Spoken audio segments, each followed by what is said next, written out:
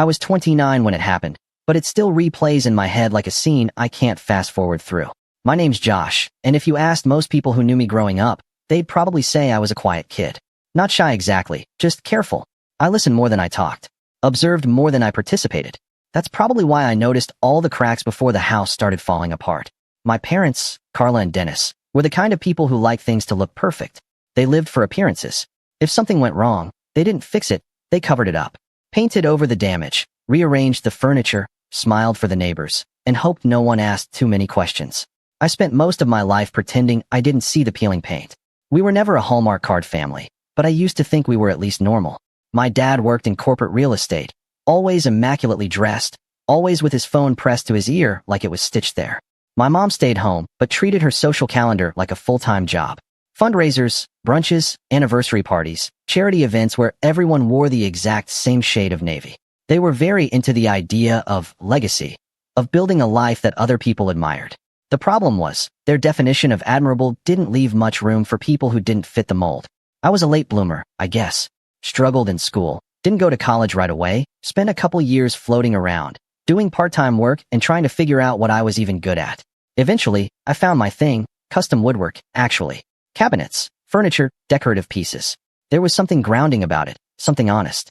You couldn't fake a dovetail joint. Either it held or it didn't. I liked that. By the time I turned 28, I was running my own shop with a small but steady list of clients. I wasn't rich, but I was proud of what I'd built. My parents weren't. They never outright said it, but I could see it in the way my mom would describe my work to her friends like it was a quirky hobby. Josh is doing his little woodworking thing. It keeps him busy, she'd say, waving it off like I was building birdhouses in a shed behind the house. My dad barely asked questions anymore, just offered half-hearted, "That's nice" comments whenever I told him about a big project or a client I landed. I stopped trying to impress them after a while. I figured it was just one of those things. You get older, and your parents stop understanding you. Happens to everyone, right? But then came the anniversary party. It was their 35th, and they were going all out. Rented out a private event hall, black tie, catered dinner, live music, the works. My mom sent me an invitation in the mail, even though we spoke on the phone a couple times a month. It was formal, engraved, the kind of thing you'd expect from a wedding. I actually laughed when I opened it. There was even an RSVP card with a return envelope, like I was just another guest. Still, I filled it out, checked the attending box, and mailed it back the next day. I didn't think much of it. I figured it was just another fancy event, and I was ready to play along. Put on a suit, show up, smile, shake hands, pose for photos. That was the role, right? The dutiful son.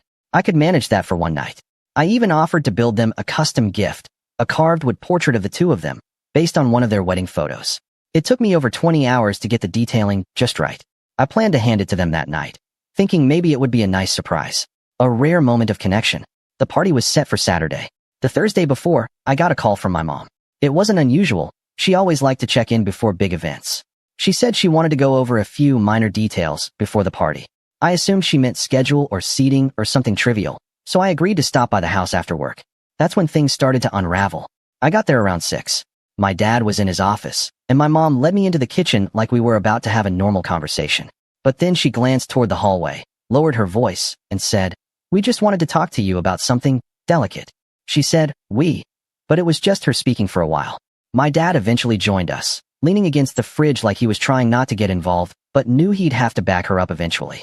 My mom smoothed her dress like she was on stage, then looked me dead in the eye and said, "Josh, we were thinking it might be best if, at the party, you didn't tell anyone that you're our son."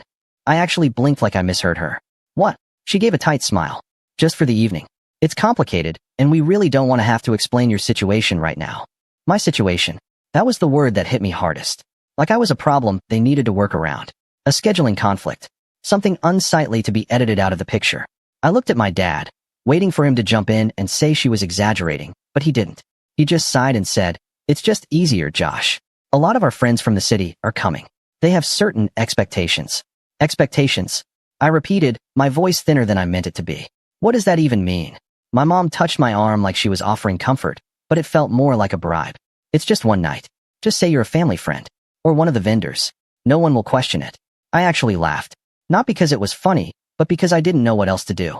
"You want me to lie about being your son so your friends don't have to know what? That I didn't go to Yale? That I build furniture for a living?" They didn't answer. My dad just looked away, and my mom's mouth twitched like she was about to cry. Like she was the victim. And in that moment, Something in me just shut off. I didn't yell. I didn't throw the carving or storm out. I just stood up, walked to the door, and said, "You don't have to worry about me being at your party." My mom called after me, her voice wobbling. "Josh, don't be dramatic." But I was already gone. I got in my truck, drove home, and put the carving in the back of my closet where it's been ever since. They tried to call a couple times after that. Left voicemails that were equal parts pleading and guilt-tripping.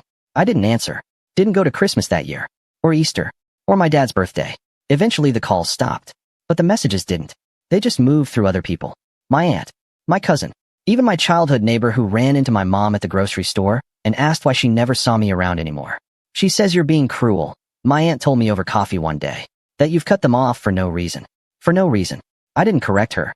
I just smiled, nodded, and said I had a lot of work to do at the shop. But lately, they've started reaching out again. It's been 3 years. 3 full years of silence. And now suddenly they want to talk. To clear the air. They don't understand why I'm still harboring resentment. What they don't realize is, I'm not angry anymore. Not in the way they think. I'm planning something. And it's going to be quiet. Precise. Just like everything else I build. I didn't block their numbers right away. For a while after the party incident, I just let the calls go to voicemail. I'd stare at the screen, watching mom's cell or dad's cell light up like ghosts I hadn't buried properly, my thumb hovering over the screen, frozen. Sometimes I'd listen to the messages. Most were short. "Josh, call us back." Or, "Josh, this has gone on long enough."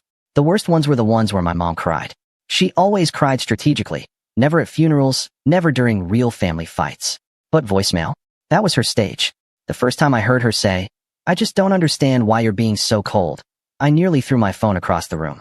Not because of what she said, but because of how convincingly hurt she sounded. It was almost impressive, the performance. If I hadn't been there in the kitchen that night, I might have believed her myself. But I was there. I remember the temperature in the room, the light from the pendant lamp reflecting off the granite counter. I remember how they couldn't even say the words "my son" without choking on them. Like it was dirty. Like it wasn't convenient. And I remember what came after. At first, I thought they'd leave me alone. That maybe, deep down, they understood they'd crossed a line. But that was naive. My parents didn't apologize. They reframed. They rewrote the script and then handed it out to the rest of the cast like nothing had happened. The rewriting started small. I'd get texts from my aunt that said things like, "Heard you couldn't make it to the party. Your mom was so sad you had to cancel last minute." I didn't reply. Then came the guilt-laced updates. "Your dad was really hoping to see you at Easter brunch. He kept checking the door like you'd walk in." As if I was the one ghosting them without explanation. It escalated from there. About 6 weeks after the party, I stopped by my favorite cafe on a Sunday morning. Just wanted a quiet cup of coffee and maybe a muffin, nothing dramatic. But the barista, Jamie, someone I'd chatted with a dozen times before, friendly, casual, gave me this wide-eyed look and said, "Hey, I met your mom the other day." I paused mid-reach for my wallet. "Really?" She came in with some of her friends from the club. "I mentioned you made our custom shelves," and she kind of, Jamie hesitated. Well, she laughed. Said something like, "Oh, Josh always was good with tools.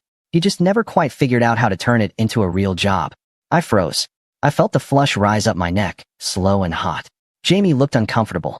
I just thought it was weird. I assumed she'd be, I don't know, proud. I managed to laugh. "Yeah," I said. "You'd think." I walked out of there and didn't taste my coffee for hours.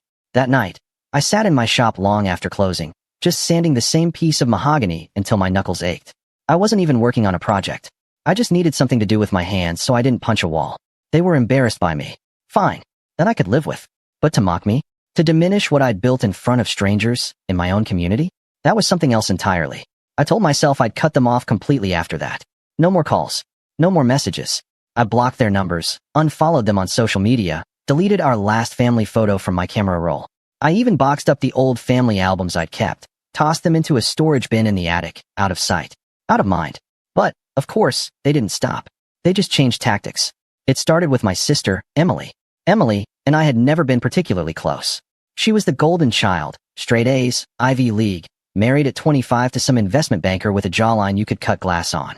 She lived in a penthouse apartment in the city, posted professional family portraits like it was a competitive sport, and hosted gender reveal parties with full catering. The last time we talked one-on-one, she asked if I ever considered upskilling into something a little more scalable. She called me out of the blue one morning. I didn't recognize the number. "Josh," she said, as if we were mid-conversation. "Can we talk?" I almost hung up. "What do you want?" I said. "Mom's been crying," she said immediately. "She doesn't understand why you're freezing her out. She asked me to pretend I wasn't her son, Emily." I snapped. At their anniversary party. Do you get how insane that is? There was a pause. She didn't mean it like that. I laughed, bitter. How did she mean it? She didn't want to answer questions. You know how their friends can be. They don't understand people who take unconventional paths. That's not my problem. She says you've always been sensitive. My jaw clenched. Right? I'm the problem. Josh, she sighed, as if she were talking to a stubborn child. You're punishing them. For what? Not bragging about your side hustle.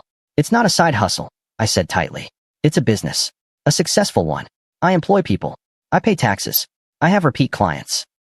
You build things, Josh, she interrupted. That's great. Really. But they come from a different generation. You can't expect them to understand everything.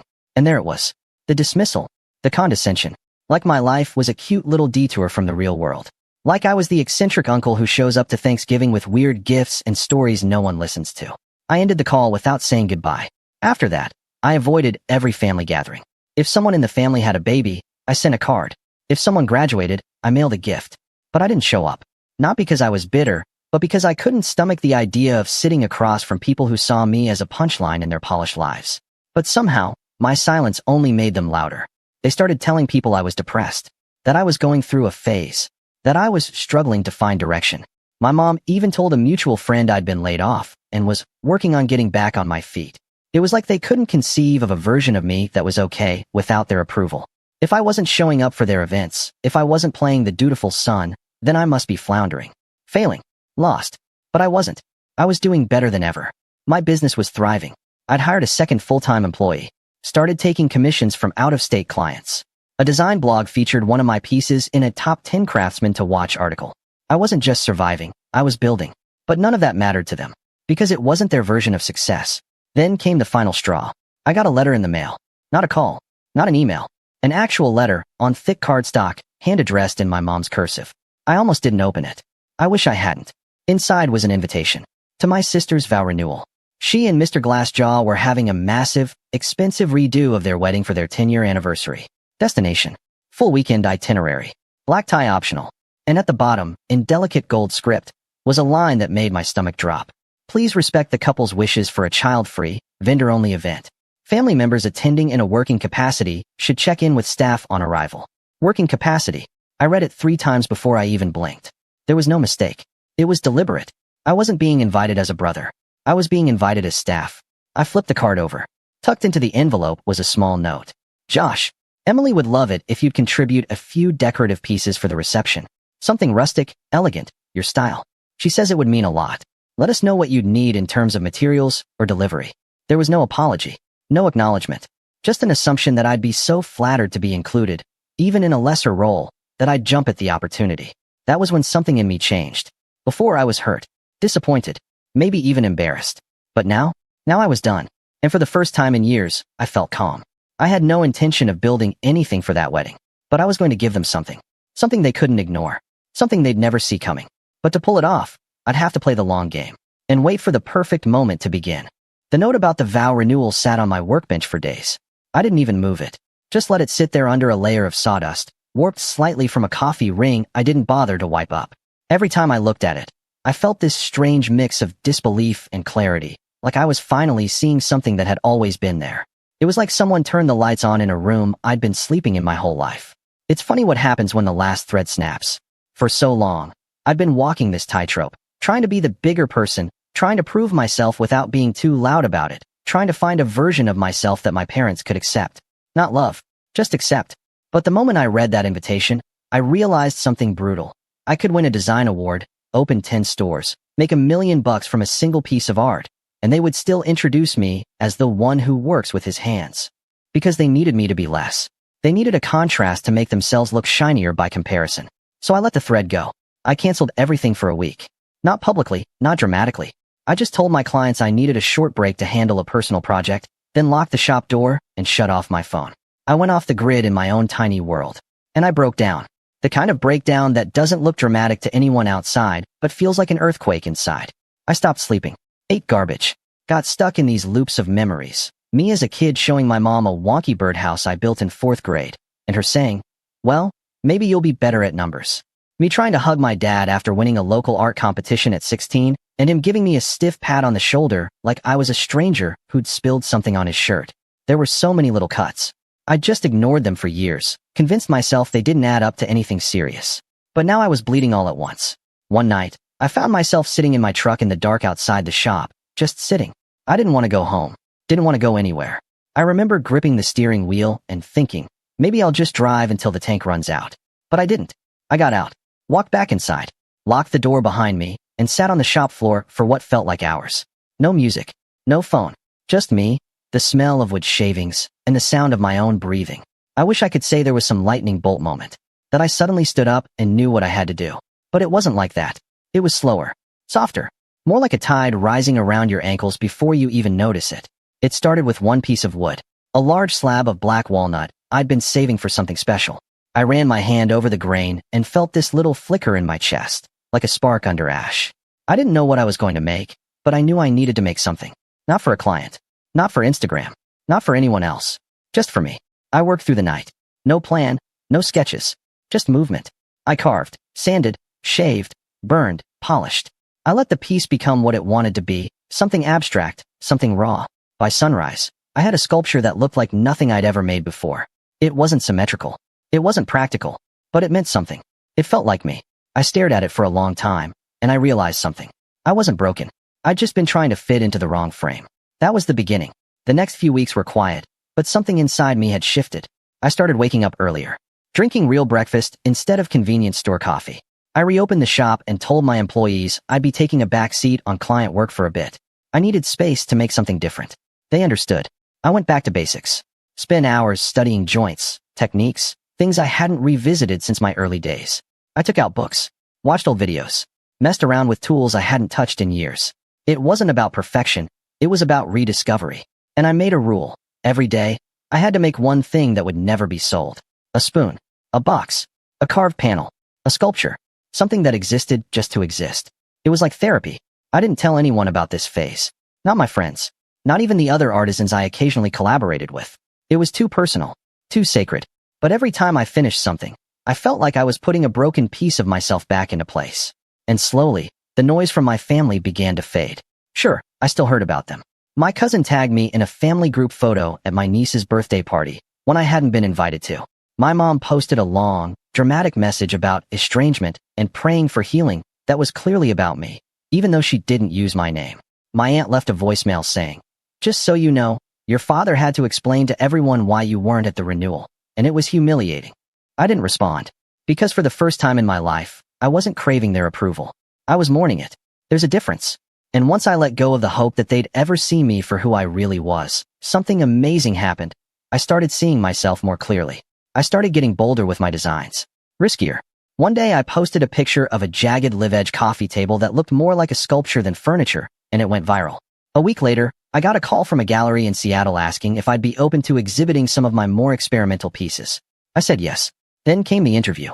A podcast for young artists asked me to talk about my journey, how I built a business without formal training, what it was like working solo, what my biggest obstacles were.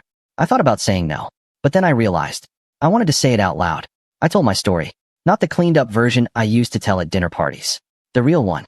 I talked about growing up in a house where creative meant directionless, where love was conditional on success, and success was defined by someone else's blueprint. I talked about how hard it was to undo those voices in your head, to stop measuring yourself against people who never really saw you in the first place. The episode got thousands of downloads. I started getting messages from other artists, other black sheep, people who felt invisible in their own families. They told me my story made them feel seen. That meant more to me than any award ever could. I started feeling something I hadn't felt in years. Peace. I wasn't healed. Not completely. There were still moments. Walking past a father and son at the hardware store, hearing a familiar song from a family vacation. That made something twist in my chest. But I wasn't drowning anymore. I'd found land. And that's when the email came. It was from my sister's event planner. A bright, cheery message with bullet points and exclamation marks. She wanted to follow up about delivery expectations for the custom pieces I'd agreed to provide for the vow renewal reception. I stared at the screen, stunned. They'd gone ahead and told people I was contributing. Probably to look generous. Probably to make themselves feel less like the villains. The email included photos of the space, notes about the color scheme, and even a suggested timeline for installation. "We've set aside a lovely little table for you near the service entrance," the message read. "You'll have a clear view of the decorative art you helped create. I didn't reply right away. I closed the laptop, took a walk, and that night, I sat in my apartment, sipping tea and looking around at my walls, at the shelves I built, the lamp I designed, the pieces that told my story better than words ever could. And I smiled, because now I knew exactly what to do, and I had just the right piece to do it with. But first, I needed to pay someone a visit, and I needed to bring a box with me, not the kind you'd expect, but the kind you don't forget. I didn't rush it. That was the first part of the plan, don't rush. For once, I wasn't reacting to them. I was creating something. And I knew better than anyone that anything worth building takes time. Revenge, like craftsmanship, is all in the precision. After I got that email from the event planner, chirpy, fake-friendly, utterly oblivious, I knew they had no clue what was coming. They genuinely thought I'd either show up and smile like a trained dog, or quietly sulk and stay away, letting them control the narrative again. They didn't know the version of me that had come out of those long, silent weeks in the workshop. They didn't know what I'd learned. And they had no idea what I was capable of. I started by calling an old client, Naomi, who ran a boutique event space downtown. She'd once hired me to design a series of minimalist but eye-catching wood installations for her venue, and we'd stayed friendly since. She was sharp, detail-oriented, and had her ear to the ground for everything that happened in the city's upscale event circuit. I figured if anyone knew more about my sister's vow renewal than me, it'd be her. She answered on the second ring. Josh? Wow, I haven't heard from you in forever. You okay? Better than ever, I said, and meant it. Actually, I was hoping to pick your brain. You got a minute? Sure. What's up? Emily Carter's event. Her 10-year vow renewal. You know anything about it? Naomi let out a groan. Oh, that circus? Yeah, unfortunately. She booked the Anders estate and demanded custom everything. Took my assistant 3 hours just to walk her through the flooring options she didn't even end up using.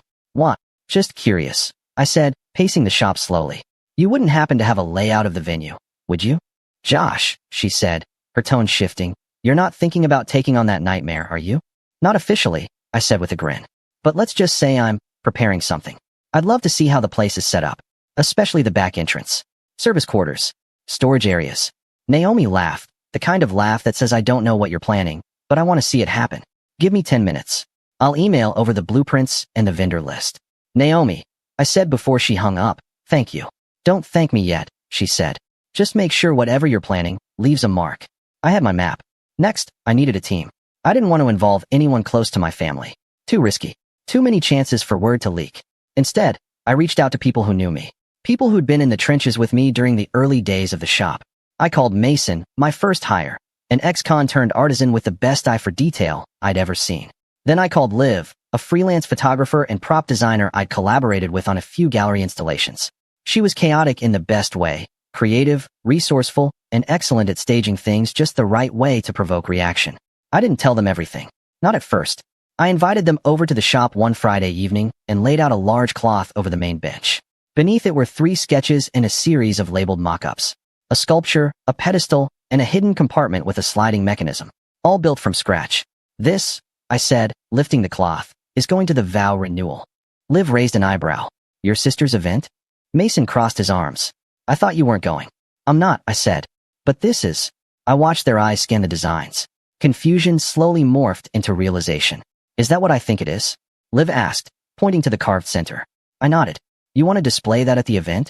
Mason said, half impressed, half horrified. No, I said. I want them to ask for it. That was the key. This couldn't look like sabotage. Couldn't be sabotage, technically. It had to be something they welcomed. Something they bragged about. Something they posed with for photos, completely unaware of the trap beneath their feet. It had to be a gift. And not just any gift, a masterpiece. I got to work. The sculpture took nearly 3 weeks. I worked in secret, after hours, under a tarp even inside the shop. It was made of walnut and white ash, curved into a modern, asymmetrical shape that looked abstract from afar. But up close, you could see the truth. Carved into the inner edge were names, dates, phrases, all from our family's history. Some innocent, Josh's first desk, 1998. Others more, pointed. He's not really our son's son. He builds things, he doesn't do things. You're being overly emotional. I didn't quote anyone directly, but I didn't need to. Every word was etched with surgical precision. You had to look for them. You had to get close. The deeper you stared, the more uncomfortable it got. But on the surface, it looked stunning, elegant, refined, museum quality, even. I built a minimalist pedestal to go with it. Black oak with a simple plaque reading, Legacy, commissioned for the Carter family, 2025. I even sealed it in a crate with a branded tag, listing my shop as the creator, along with a fake backstory about how Emily had personally requested the piece months in advance and how it represented heritage, growth, and the transformation of natural material into art. I knew exactly who to send it to, the event planner. I composed a short, confident email. Said I was following up on the family's request and delivering a featured centerpiece. No charge, of course. A gesture of celebration. I attached polished photos, buzzwords, descriptions that made it sound expensive. Sent it off with a note that it would arrive the night before the event and required minimal setup. She replied in 20 minutes. It's exquisite.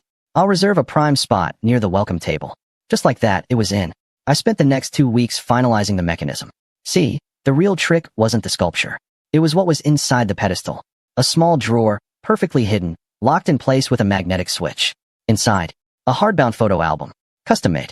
Leather cover. Elegant. And on every page, a different snapshot of what my family didn't want seen. Pictures of my dad shaking hands with people he later smeared.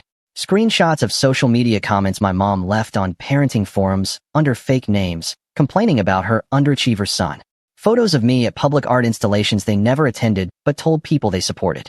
Even the invoice where they quietly refunded a donation I made in their name, because it didn't align with their professional image. I included a printed copy of that party invitation, the one where I was asked to act like I wasn't their son.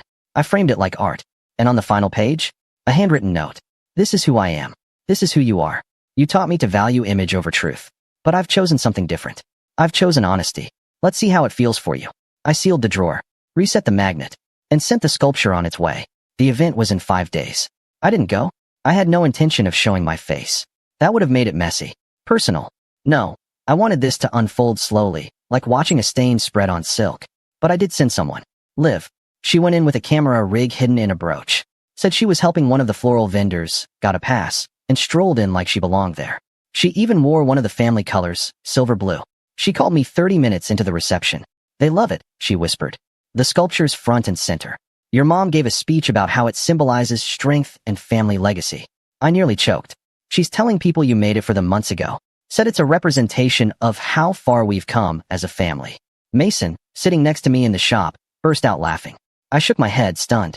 The irony was so thick you could spread it with a chisel. And the drawer? I asked. Still sealed, she said. But there's a little kid crawling around near the base. He's been knocking on it like it's hollow. I give it 20 minutes. I hung up and waited. And somewhere, deep inside me, I felt it click. Not revenge. Not yet. But alignment. The pieces were in place. And the real show? It hadn't even started yet. The first text I got was from my aunt. It came about 3 hours after the reception was scheduled to start. Just one line. What did you do? No context. No follow-up. Just those 4 words. I didn't answer. A few minutes later came a call from an unknown number. I let it go to voicemail.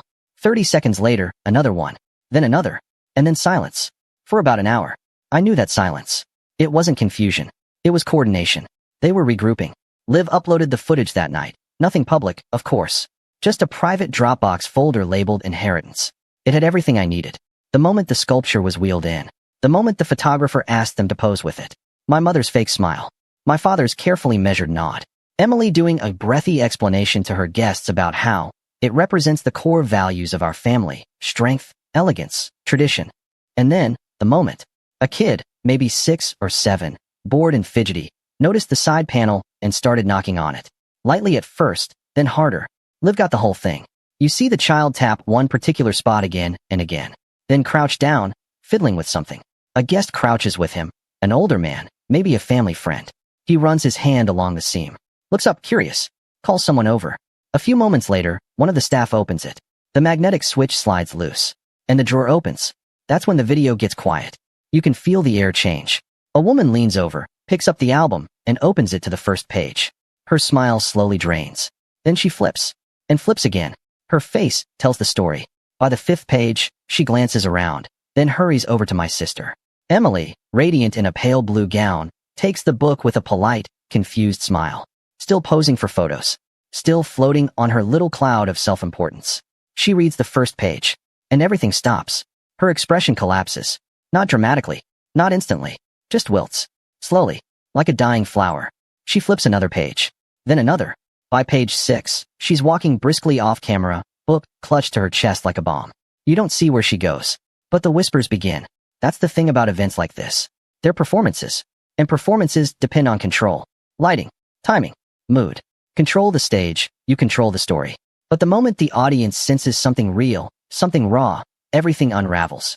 Within minutes, you can see guests begin to murmur, turn to each other, point toward the sculpture.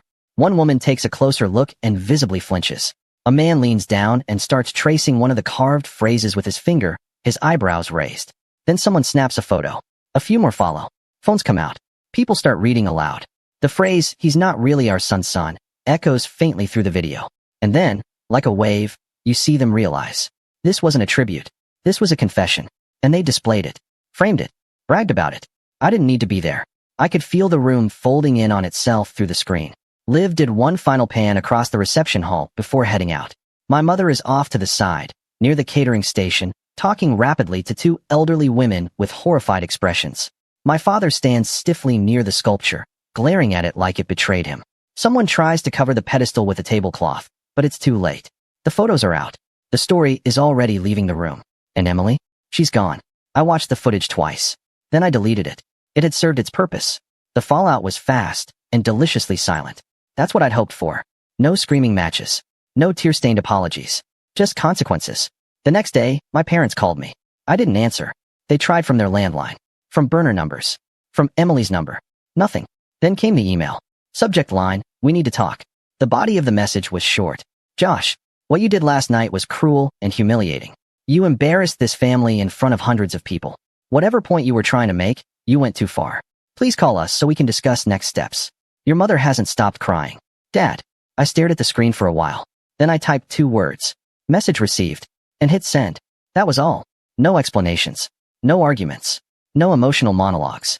They didn't deserve my voice anymore. 2 days later, my mother posted a carefully crafted statement on her social media. Sometimes, even those we love can act out in hurtful ways. Families are complicated. We ask for privacy and understanding during this time. She turned off comments. But screenshots made their way around. Some of her friends sent me messages. One said, "I never knew you went through all that. I'm so sorry." Another said, "The piece was hauntingly beautiful. I don't think I'll ever forget it." And that meant more than any forced apology ever could. Emily never reached out. But I heard through the grapevine that she canceled her honeymoon. That she spent the next week ghosting every friend who was at the event. That her husband, Mr. Glassjaw, was furious she hadn't vetted the piece more closely. Apparently, his firm took some hits too. A few clients weren't thrilled to be associated with a family that publicly disowned their son and got caught lying about it. Couldn't have happened to nicer people. Meanwhile, my business exploded. I got 5 new commission requests within a week. Most from people who saw photos of the sculpture online and wanted something with similar emotional depth. A design magazine ran a feature titled, "The Artist Who Exposed His Family with One Sculpture." I didn't ask for the title, but I didn't argue with it either. I was invited to do a TEDx talk. Declined. Got a grant offer. Accepted. My waiting list grew by 6 months. But none of that was the real win. The real win came on a Tuesday afternoon, about 3 weeks after the event. I was in my shop, working on a new piece, something smooth and warm, shaped like a slow breath, when there was a knock at the door. Not the main entrance. The side one. The private one. I wiped my hands, opened the door, and there was my neighbor's kid. The one who always biked past my shop on the way to school. He was holding a school project, a lopsided jewelry box, barely held together with glue. He looked nervous. "Hey," he said. "My mom said you make stuff." "Like good stuff." "I do my best," I said, crouching down. He hesitated. "This fell apart. Do you think you could help me fix it? I want to give it to my grandma." I looked at the box. One hinge was crooked. The lid didn't sit flat. But the effort was there. The intention. I smiled. "Yeah," I said. "I think we can fix it." And as I held that small, broken box in my hands, I realized something. Sometimes the best thing you can build is the version of yourself that no one ever thought you could be. Even if it means breaking everything that came before. They asked me not to tell anyone I was their son. Now the world knows exactly who they are.